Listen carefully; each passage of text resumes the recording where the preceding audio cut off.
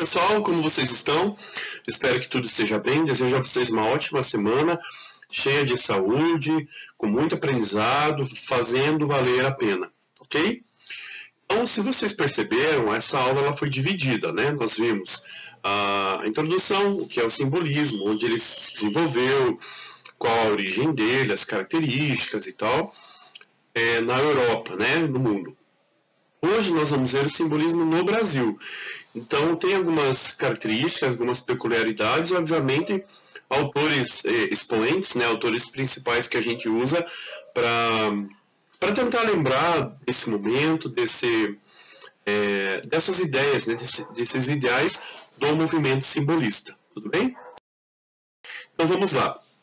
Então, o simbolismo no Brasil, se vocês pegarem o livro 3 do Veredas da Palavra, a partir da página 36, tem esse conteúdo sobre o simbolismo no Brasil.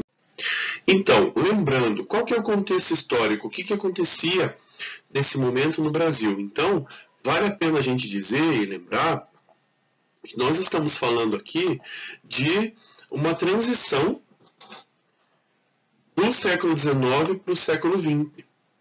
Então, do século XIX para o século XX, o Brasil vivia um momento de transição. O mundo vivia um momento de transição, né? Pensa, se nós sentimos, digamos assim, vocês não, mas eu que vivia nessa época, né? A transição ali dos anos 99 para o 2000, e tinham profecias que falavam que o mundo ia acabar no ano 2000, que Jesus iria voltar no ano 2000, que o apocalipse ia acontecer, que o mundo ia explodir, que a camada de ozônio ia derreter, enfim. E não aconteceu nada, né? A gente continuou vivendo. Então, igual o que a gente está vivendo agora, né, pessoal? Todo mundo acha que é o fim do mundo, que é o apocalipse. Vamos continuar vivendo. Diferentes, né? Com outros pensamentos, outras ações, com certeza. Jeito de encarar a vida, mas a gente vai passar por isso. Então, essa transição do século XIX para o XX trouxe para o Brasil algumas mudanças políticas, econômicas e sociais muito marcantes. Então, por exemplo, pensa lá comigo, um povo que vivia no regime escravo, que vivia no sistema agrário principalmente, de repente vem a urbanização, vem a industrialização, libertação dos escravos. Então, toda a dinâmica social é transformada nesse momento, né? Então, como eu disse para vocês, a abolição da escravatura em 1888, um ano depois da proclamação da República. Então, olha só que mudanças circunstanciais na história do Brasil. Além disso, a gente teve levantes como a Guerra de Canudo e a Revolta Armada, que trouxeram também algumas modificações no sistema brasileiro em geral, no sentido de que nós tínhamos ainda uma sociedade arcaica que tinha um ideal moderno. Então isso tudo era muito esquisito. Por quê? Porque a gente tinha esse modernismo, esse futurismo acontecendo, mas parece que a pobreza, a miséria aumentava. E agora ainda mais com os ex-escravos, né, que não tinham para onde ir. Então, quando a gente fala em ex-escravos e libertação dos escravos, no Brasil isso é muito importante no movimento simbolista, porque um dos primeiros autores que a gente vai estudar, que é o Cruz e Souza, que inclusive é o marco inicial do simbolismo no Brasil, ele era filho de escravos. Então vejam lá, pessoal. Missal e Broquéis é o que marca o início do simbolismo no Brasil. Então, Missal e Broquéis, hoje, ele se encontra num livro só. Mas foram dois livros separados. Então, o marco inicial do simbolismo no Brasil se dá com a publicação, lá em 1893, de Missal e Broquéis, do Cruz e Souza. Okay? Falando do Cruz e Souza, então, como eu disse para vocês, ele era filho de escravos. Então, ele era um catarinense, lá de Florianópolis, filho de escravos. Então, ele era um afro-brasileiro. Então, pensa para aquela época. Como que era para um negro ex-escravo? Primeiro, para ele ser alfabetizado já era difícil. Para ele ler e escrever já era difícil. Agora, para ser escritor, né, ou seja, escrever para outras pessoas lerem, para uma massa pensante ler, esse era o maior desafio da vida do Cruz e Souza. Ok? Quais são as características do Cruz e Souza? Então, primeiro, ele acreditava que o ato de criar um poema era o ato de transcender, ou seja, o ato de você se tornar eterno, de você ultrapassar os limites da vida comum. Isso que é transcender, né? E eu faço uma pergunta para você agora. O teu objetivo de vida é qual? É viver a vida comum ou é transcender os limites da vida comum? Né? Passar os limites da vida comum. Isso é transcender, ok? Então, Cruz e Souza ele tem um tom muito melancólico, mas também crítico. Ele trata de temas como a morte, como o desejo, como o mistério, o conflito interior, fala da escravidão e também fala desse desejo de transcender, né? de ser além da vida comum. Existe uma certa negação da realidade e também uma busca pela libertação. Em que sentido? A libertação dessa vida comum, desse corpo físico que se vive, tá? Daquela sociedade que estava se vivendo também. Por exemplo, isso fica muito claro nesse poema dele chamado Claro e Escuro. Então veja que ele diz assim, ó. Entre os cristais do templo fulgurantes, músicas pompais, fartos esplendores, luzes radiando em prismas multicolores, jarras formosas, lustres corucantes.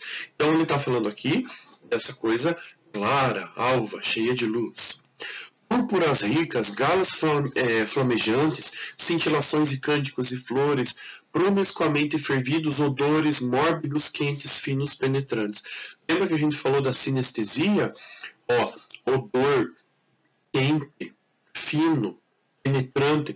Pensa comigo, como que um odor, como que um cheiro é quente? Como que um cheiro é penetrante, é fino? Então aqui nós temos a sinestesia, que é a mistura das sensações, dos sentidos.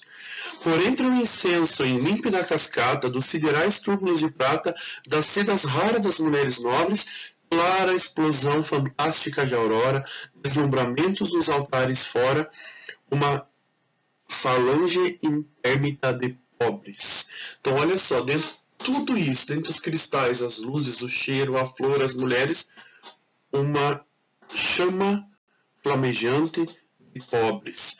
Então, olha só o paradoxo que a gente vê aqui também, né? O segundo autor é o Afonso de Guimarães. Então, Afonso de Guimarães ele é um mineiro, ele nasceu em Belo Horizonte, mas ele morreu em Mariana. E eu coloquei Mariana ali porque ele ficou conhecido como o Solitário de Mariana. Então, depois que ele morreu, depois que ele perdeu a noiva dele, chamada Constança, ele então começou a se dedicar às escritas dos poemas simbolistas. Antes disso, ele estudou direito, ele se tornou juiz, teve 14 filhos, mas não foi casado, então isso é muito interessante se a gente pensa o que aconteceu com ele, né? Ele perdeu uma noiva. Então, será que ele não vivia nessa busca por um sentido, né, por um relacionamento, enfim? O Afonso de Guimarães ele é chamado também poeta de um tema só. Por quê? Porque tudo gira em torno da morte da amada dele.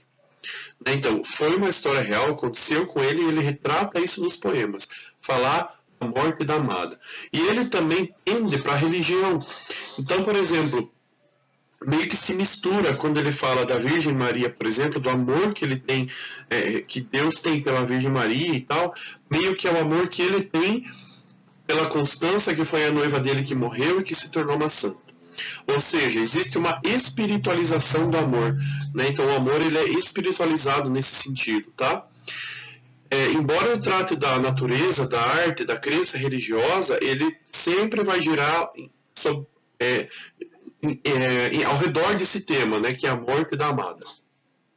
Então ele vai brincar com sugestão. Lembra que o simbolista ele não define, ele sugere metáfora, lembrando que é uma figura de linguagem que a gente toma uma parte pelo todo, né? Então, por exemplo, a gente diz assim, aquele homem é um porco.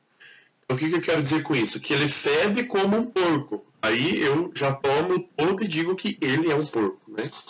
Então, rimas, jogos de palavras, aliteração, lembrando, assonância é a repetição de consoantes, a aliteração, repetição de vogais. E a musicalidade. Por exemplo, olha um poema dele. Canção das Núpcias, olha, falando de núpcias, né? Que céu tão cheio e véus de noivas, que céu tão cheio de véus de noivas, ó, luar sublime, com quem te noivas? Ó, noite triste, com quem te enviuvas? Olha só a tristeza, falando de viúva, né, da noiva, da viúva. E ele continua, Senhora minha, deusa das noivas, de cauda branca, de brancas luvas, por que de flores roxas engoivas as tranças negras da cor das uvas? Aí ele termina dizendo assim, não chores nunca, deusa das noivas, um céu turvado, cheio de chuvas, porque de prantos roxos engoivas os olhos negros das cor das uvas. Então veja como tem tristeza, como tem melancolia, mesmo num casamento, né? Sugiro para vocês fazer as atividades da página 39 e 40. Eu vou colocar no mural lá para vocês treinarem essas atividades. São exercícios, né, para vocês treinarem. Depois desses exercícios, vão fazer a atividade avaliativa. Então, naquele esquema, são 10 questões de múltipla escolha sobre o simbolismo em geral, mas principalmente sobre o simbolismo no Brasil. Beleza, pessoal? Beijos, muito obrigado. Até a próxima. Bons estudos.